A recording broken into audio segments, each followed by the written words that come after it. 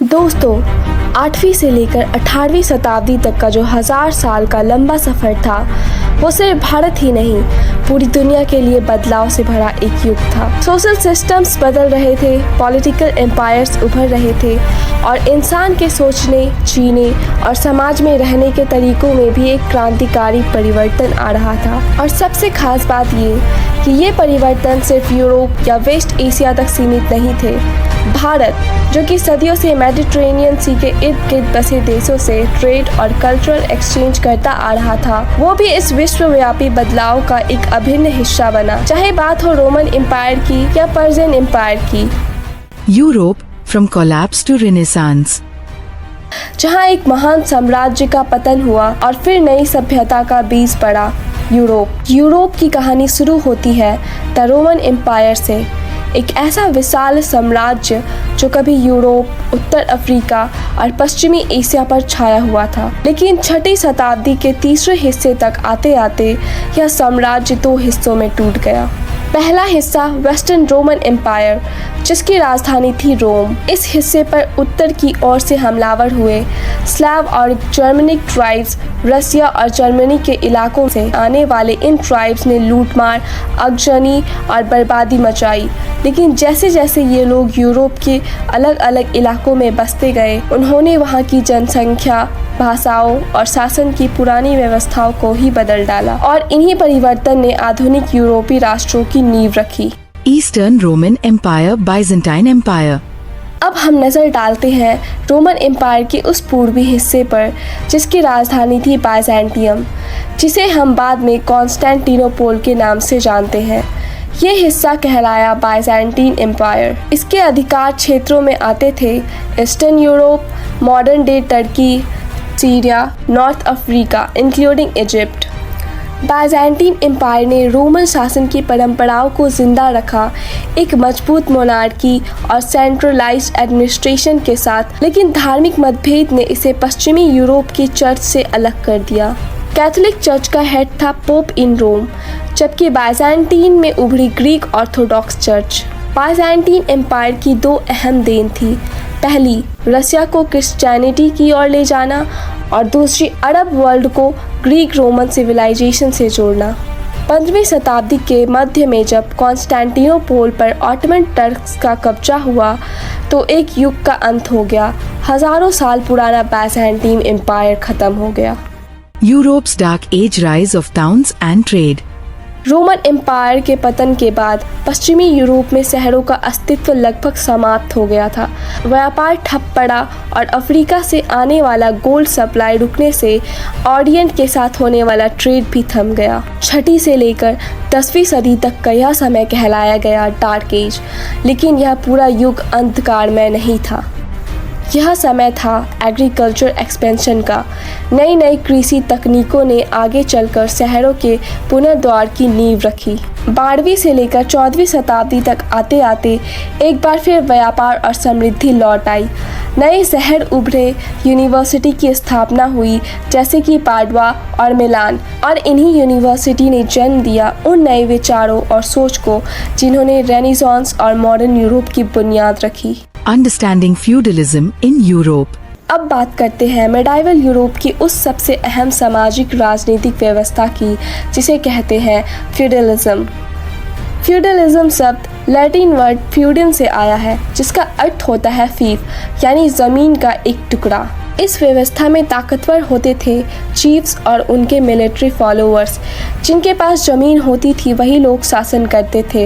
राजा भी इन्हीं feudal chiefs में से सबसे शक्तिशाली होता। अब समझिए इस व्यवस्था की परतें, जैसे किसी कहानी की 3 मंजिलें। राजा, सबसे ऊपर था राजा, जो ज़मीन बांटता था अपने वफादार नॉबल्स को। नॉबल्स यानी चीफ्स, ये ज़मीन लेकर राजा के प्रति वफादारी की शपथ लेते थे और उसी ज़मीन को छोटे चीफ यानी वेसल्स को देते थे। सब चीफ्स यानी वेसल्स, ये लोग बदले में सेना देते थे, लॉयल्टी निभाते थे और सत्ता की पूरी संरचना आपसी वफादारी और ज़मीन पर आधारित होती थी। Features of European feudalism. Feudalism के 2 खास फीचर्स थे। पहला, सर्फडम। सर्फ वो किसान होता था जो ज़मीन पर काम करता था, लेकिन वो ना तो कहीं जा सकता था ना शादी कर सकता था बिना अपने लॉर्ड की अनुमति के। दूसरा, मैनर सिस्टम। मैनर वह किला या घर होता था जहां लॉर्ड रहता था। उसकी ज़मीन पर सर्व्स काम करते थे और थोड़ी सी ज़मीन उनकी भी होती थी, लेकिन उन्हें लॉर्ड को टैक्स देना होता था और कभी कभी बिना वेतन के मजदूरी भी करनी पड़ती थी। जस्टिस भी वही लॉर्ड डिस्पेंस्ड करता था और कई बार आज़ाद किसान भी सुरक्षा की तलाश में किसी लॉर्ड के अधीन जाना स्वीकार करते थे। भारत में ना तो मैनर सिस्टम था ना ही सर्वडम जैसा कुछ, लेकिन वहाँ भी लोकल लैंडलॉर्ड्स यानी समानदास थे जो फ्यूडल लॉर्ड जैसी ताकत इस्तेमाल करते थे। Feudal military structure and innovations in warfare. Feudalism सिर्फ लॉयल्टी और लैंड ग्रांट की व्यवस्था नहीं थी, ये एक पूरा मिलिट्री मॉडल भी था। लेकिन मेडाइवल युद्ध की दिशा बदलने वाला 2 आविष्कार क्या थे? पहला, आयरन स्ट्रिप्स। ये तकनीक घुड़सवार को मजबूती से घोड़े पर टिकाए रखती थी और वह अपने भारी कवच में भी संतुलन बना सकता था और बिना ज़मीन पर पैर टकराए मारक हमला कर सकता था।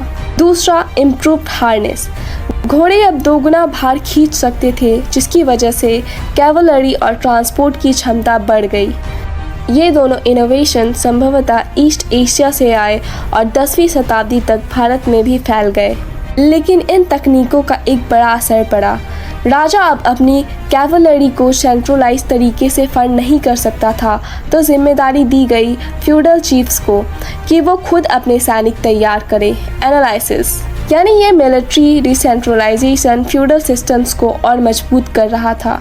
The Church, Authority and Cultural Influence.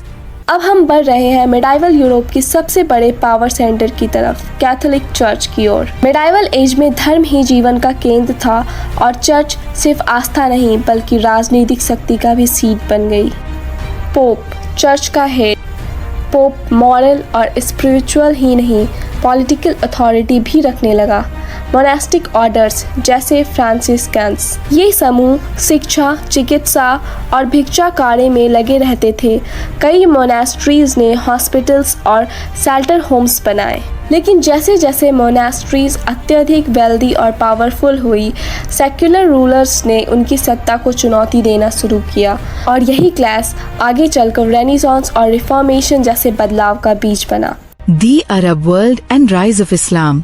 अब चलते हैं वेस्ट एशिया की ओर, जहां 7वीं सदी में एक नई शक्ति का उदय हुआ, इस्लाम। प्रॉफिट मोहम्मद के नेतृत्व में अरब ट्राइब्स को एकजुट करके एक नया एम्पायर खड़ा हुआ, जिसने Arabia, Syria, Iraq, Iran, Egypt और यहाँ तक कि स्पेन को भी कवर कर लिया। मध्य 8वीं सदी में उमय्याद्स का अंत हुआ और सत्ता में आए अब्बासिद्स। उन्होंने बगदाद को अपनी राजधानी बनाया। अब्बासिड्स ने खुद को प्रॉफिट की ट्राइब से जोड़कर अपनी लेजिटिमेसी साबित की और अगले 150 सालों तक विशाल और सशक्त इस्लामिक एम्पायर खड़ा किया। Control areas North Africa, Egypt, Syria, Iraq, Iran की trade routes from Mediterranean to India. इन ट्रेड रूट्स की सुरक्षा और नियंत्रण ने अब्बासिड्स कोर्ट को वेल्थ, कल्चर और ग्रैंडर से भर दिया। Arab commerce, currency and finance. अब बात करते हैं व्यापार और वित्त की, जहां अरब्स बन गए थे दुनिया के सबसे चालाक व्यापारी। करेंसी रिवॉल्यूशन, गोल्ड डिनर और सिल्वर ड्यूरम पूरे नॉन वर्ल्ड की ट्रस्टेड करेंसी बन गई। Financial system, double entry accounting, bill of exchange, hundis और अर्ली बैंकिंग सिस्टम्स। इन इनोवेशंस ने न सिर्फ अरब व्यापार को सशक्त बनाया बल्कि यूरोप और भारत में भी इनके फाइनेंशियल सिस्टम की छाप पड़ गई। House of Wisdom and Cultural Synthesis. अब आते हैं उन इंटेलेक्चुअल हब पर जिसने सारी दुनिया के ज्ञान को एक साथ जोड़ दिया। House of wisdom Baghdad. यहाँ ग्रीक, बाइजेंटीन, इजिप्शियन, ईरानियन और इंडियन टेक्स्ट को अरबिक में ट्रांसलेट किया गया। कैलिप्स लाइक अल मामून और हरन अल रशीद ने science, medicine, astronomy, philosophy and literature को प्रोत्साहन दिया। Scholar of all backgrounds, Christian, ज्यू, ज़ोरास्ट्रियन, बुद्धिस्ट को एक साथ काम पर रखा गया। बगदाद बन गया था एक साइंटिफिक मेल्टिंग पॉट, जहां भाषा थी अरबिक और विचार थे अंतर्राष्ट्रीय।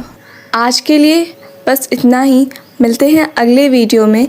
जहां हम जानेंगे तंग एंड संग डायनेस्टी के बारे में, कंबोजा और मंगोल जैसे एम्पायर के बारे में। अगर आपको ये कहानी इंटरेस्टिंग लगी तो लाइक बटन दबाना मत भूलना और शिक्षा 121 चैनल को सब्सक्राइब करो ताकि आप और भी मज़ेदार इतिहास की कहानियाँ देख सको। मिलते हैं अगले वीडियो में। जय हिंद।